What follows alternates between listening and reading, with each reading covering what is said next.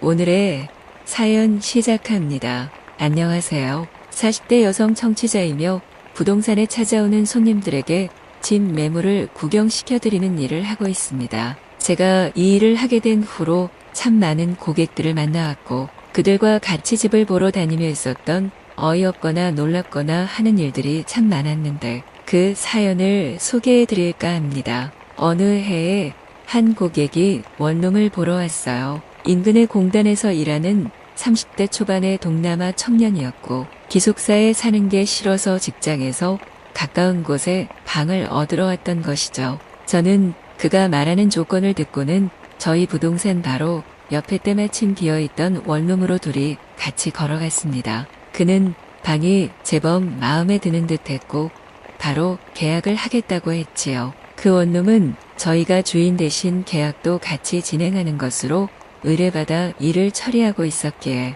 바로 계약하고는 이튿날 그가 이사를 들어왔습니다. 그리고 부동산에서 그 원룸의 자잘한 불편함도 같이 관리하고 있었는데 그는 들어오는 날부터 수시로 사무실로 전화를 해서는 이게 불편하다, 저게 불편하다 하면서 여러 요구사항이 너무 많았습니다. 그리고 어느 날 제가 퇴근을 하려고 하는데 그 동남아 총각도 퇴근해서 자신의 원룸으로 들어가려던 중이더군요. 총각은 한동안 너무 귀찮게 해서 미안하다며 같이 저녁이라도 먹지 않겠냐고 해서 동네 인근의 고깃집으로 같이 갔습니다. 원래는 그렇게 식사를 요청하는 입주자도 없거니와 하도 불평이 많던 사람이다 보니 그러려니 하고는 그 김에 고객 관리나 하자 싶어서 저는 최대한 밝은 모습을 유지했습니다. 저 역시도 그 동네에 사는 처지다 보니 서로 안 좋은 이미지 만들 필요도 없을 것 같고 어떻건 최대한 친한 척을 해주자 하면서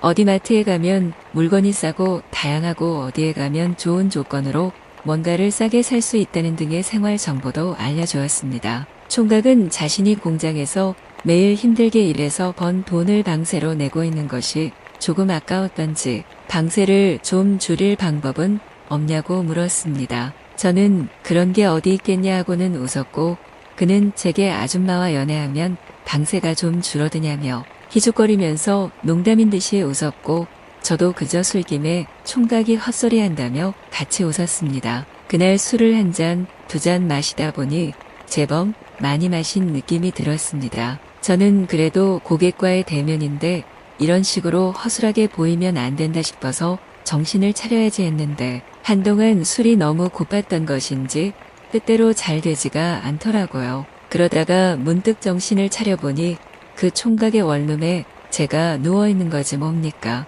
큰일 났다 싶어서 얼른 일어났는데 세상에나 입고 있던 옷이 대충 막 사방으로 엉망이 돼 있는 거 있죠. 그러니까 술김에 제가 그 총각이랑 뭔 짓을 한 것만 같은 그런 느낌이더라고요. 어쩌지 하면서 저는 옷을 제대로 다시 추워 입었습니다. 얼마나 난리를 쳤던 것인지 아래 속옷은 방 저쪽으로 내던져져 있고 윗 속옷의 고리는 다 떨어져 나간 채 위로 말려 올라가 있었습니다. 저는 무안하고 난감해서 어쩔 줄을 모르며 방 안을 이리저리 휘둘러 보았지요. 동남아 총각은 아직 한잠에 빠져들어 있었고 그 역시도 겉옷은 대충 젖혀진 상태이고 하의는 완전 실종돼 있더군요. 저는 서로 무안해질세라 살그머니 일어나서 소지품을 챙겨들고 까치걸음으로 원룸을 나왔습니다. 그리고 그날부터 저는 부동산에 출근해서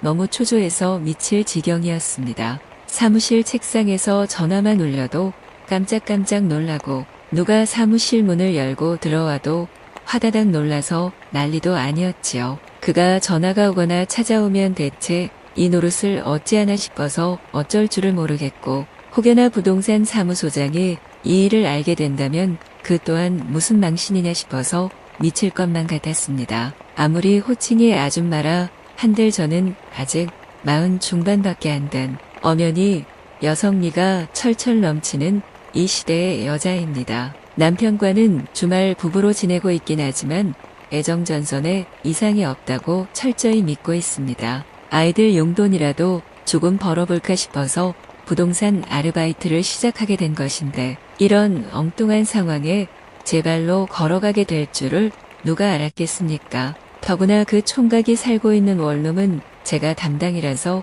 그 집 일은 제가 다 관리해야 하는데 이제 그와 안 부딪힐 일도 없으니 대체 어쩌면 좋단 말인가 싶어서 머리가 아파왔지요. 동료 아줌마들은 자기들 일거리에 정신이 없어서 제가 뭔 고민을 하는지도 모른 채 서로 웃고 떠들고 간식 먹자며 저를 부르고 했지만 저는 사무실 책상 한쪽에 앉아서 그저 말없이 머리만 책상에 파묻고 있었습니다. 그러다 드디어 그 총각에게서 전화가 왔습니다. 수돗물이 잘 안 나오니 수리공을 불러서 해결을 해달라는 거였죠. 저는 대충 사무적인 말투로 알았다고 이야기하고는 전화를 끊었습니다. 그는 그날의 일을 기억하는 것인지 못하는 것인지 모를 정도로 이전과 크게 달라진 것이 없는 말투였습니다. 나이도 그만큼 먹었겠다.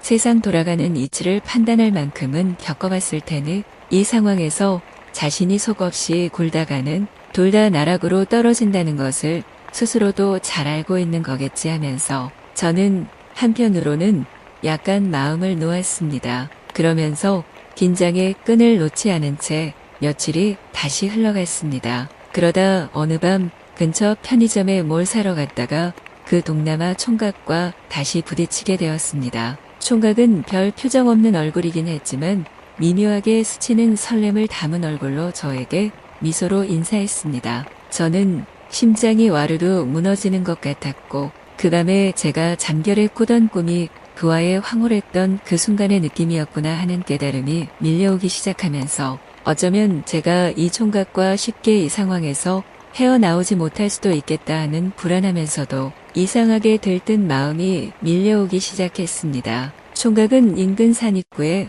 호젓한 벤치 쪽으로 저를 이끌었고 저는 무너지는 기분으로 그를 따라서 갔습니다.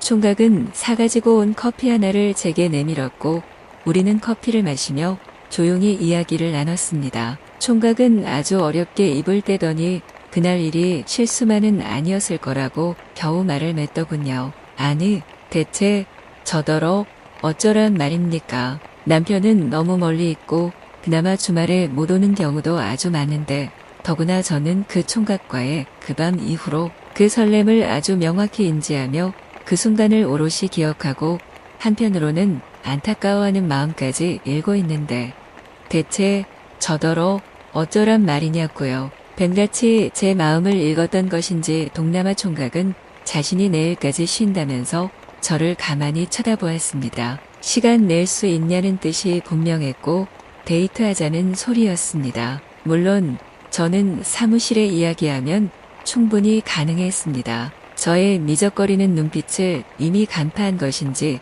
총각이 슬그머니 제 손을 잡았습니다. 저는 이미 포로가 돼 버렸는데 이 일을 어쩌나 싶어서 그와 헤어져 집으로 왔습니다. 그리고는 내일 새벽에 어디로 나오라는 총각의 말을 따라 실천할 듯이 알람을 맞추었고 시간이 없을 것을 대비해서 내일 아침에 샤워도 미리 꼼꼼히 하고 잠을 청했습니다. 도대체 제가 뭔 짓을 하는 것인지 모르겠다는 생각과 더불어 어쩌면 행운이 온 것일 수도 있다는 생각이 동시에 찾아들면서 저는 그렇게 잠에 빠져들었고 나머지 일은 여러분 상상에 맡기겠습니다.